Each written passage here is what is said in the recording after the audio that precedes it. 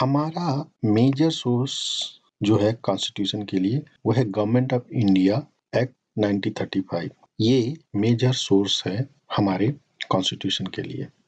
जैसा कि हमें पता है कि अंग्रेज हमारे ऊपर राज्य किए थे और उनके दौरान गवर्नर्स और गवर्नर जनरल के पोस्ट थे, तो इससे हम ऑफिस ऑफ गवर्नर को याद कर सकते हैं। और क्योंकि यह एक्ट 1935 है, मीन्स 5 फॉर फेडरल, तो 5 से फेडरल को हम कोरिलेट कर लें। क्योंकि यह act government of India act है, गवर्नमेंट से रिलेटेड है, तो जुडिशरी से रिलेटेड, पब्लिक सर्विस कमीशन से रिलेटेड, एडमिनिस्ट्रेटिव डिटेल से रिलेटेड जो भी फीचर लिया गया है वो इस एक्ट से लिया गया है। हम इसे याद कर सकते हैं। ये अंग्रेजों का शासन हमारे ऊपर इमरजेंसी जैसा ही है, तो हम इसको इससे याद कर सकते हैं। जैसा हमें पता है ब्रिटिश हमारे ऊपर रूल किए थे, तो इससे हम रूल ऑफ लॉ कनेक्ट कर सकते हैं। जैसे हमें पता है कि पार्लियामेंट हमारे यहाँ जो है वो अंग्रेजों के समय बना हुआ था, तो पार्लियामेंट से रिलेटेड जो भी फीचर्स हैं, लाइक जैसे parliamentary government, legislative procedure, cabinet system, parliamentary privileges, bicameralism, ये सारे फीचर्स ब्रिटिश से लिए गए हैं। सिंगल सिटीजनशिप और रिट्स भी ब्रिटिश से लिया गया है। यूएसए से लिए गए फीचर को याद करने के लिए हम ये सेंटेंस को समझ लेते हैं। जैसे यूएस वाले अपने आप को हमेशा राइट मानते हैं, लेकिन उनका जो राष्ट्रपति बिल क्लिंटन है वो इम्पीच्ड हो गया था। क्यों इम्पीच्ड हुआ था? क्योंकि वहां पे इंडिपेंडेंट जुडिशरी थी। तो राइट से फंडामेंटल राइट हो जाएगा, इम्पीच्ड से इम्पीचमेंट हो जाएगा और इंडिपेंडेंट जुडिशरी से इंडिपेंडेंट जुडिशरी हो जाएगा।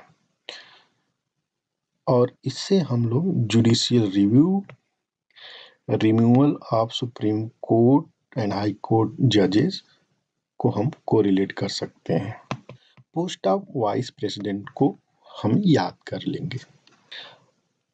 आयरिश कॉन्स्टिट्यूशन से लिए गए फीचर्स को याद करने के लिए हम इस सेंटेंस को देखते हैं।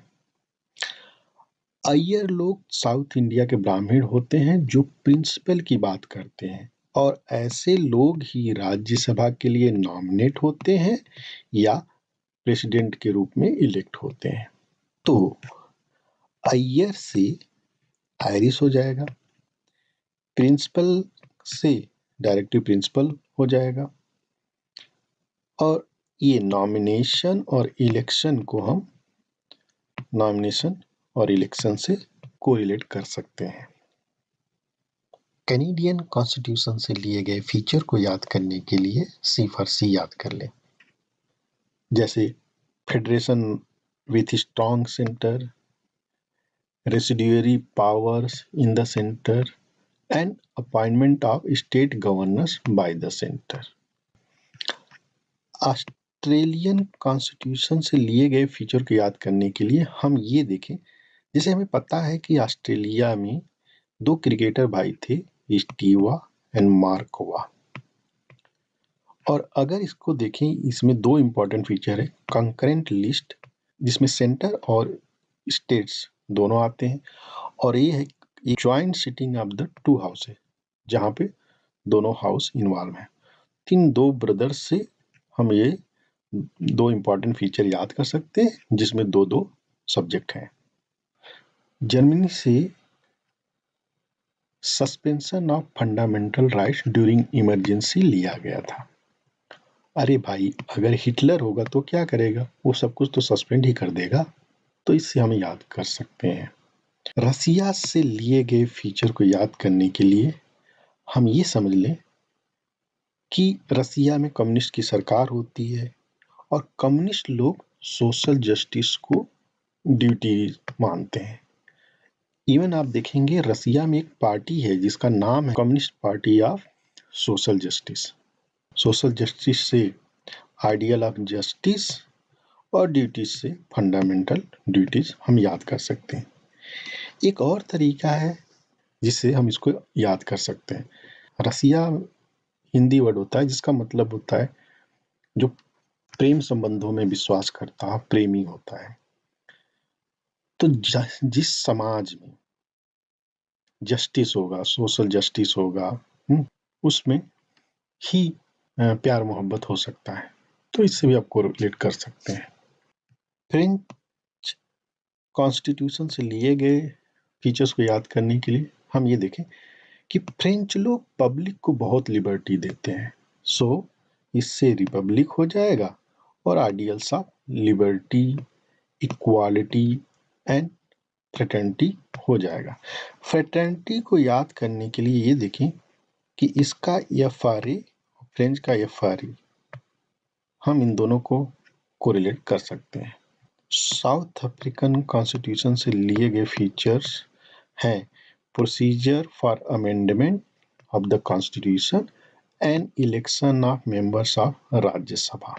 तो इसे याद करने के लिए हम FRE को याद कर ले। तो साउथ अफ्रीकन का ये, अमेंडमेंट का ये, इससे ये हो जाएगा। Election of members of Rajya Sabha, इसे याद करने के लिए हम ये याद करें कि साउथ अफ्रीका में क्रिकेटर थे जिनका नाम था जॉन्टी रोड्स, जो कि इलेक्ट्रिक की तरह फील्डिंग करते थे।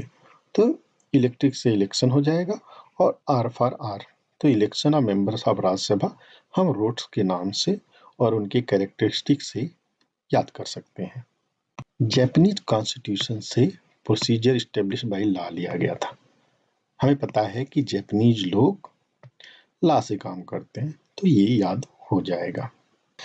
दो features, election of members of Rajya Sabha और nomination of members to Rajya Sabha, ये दो डिफरेंट फीचर्स हैं और डिफरेंट सोर्सेस से लिए गए हैं। एक दो पॉइंट्स है जिसे हम समझ लेते हैं।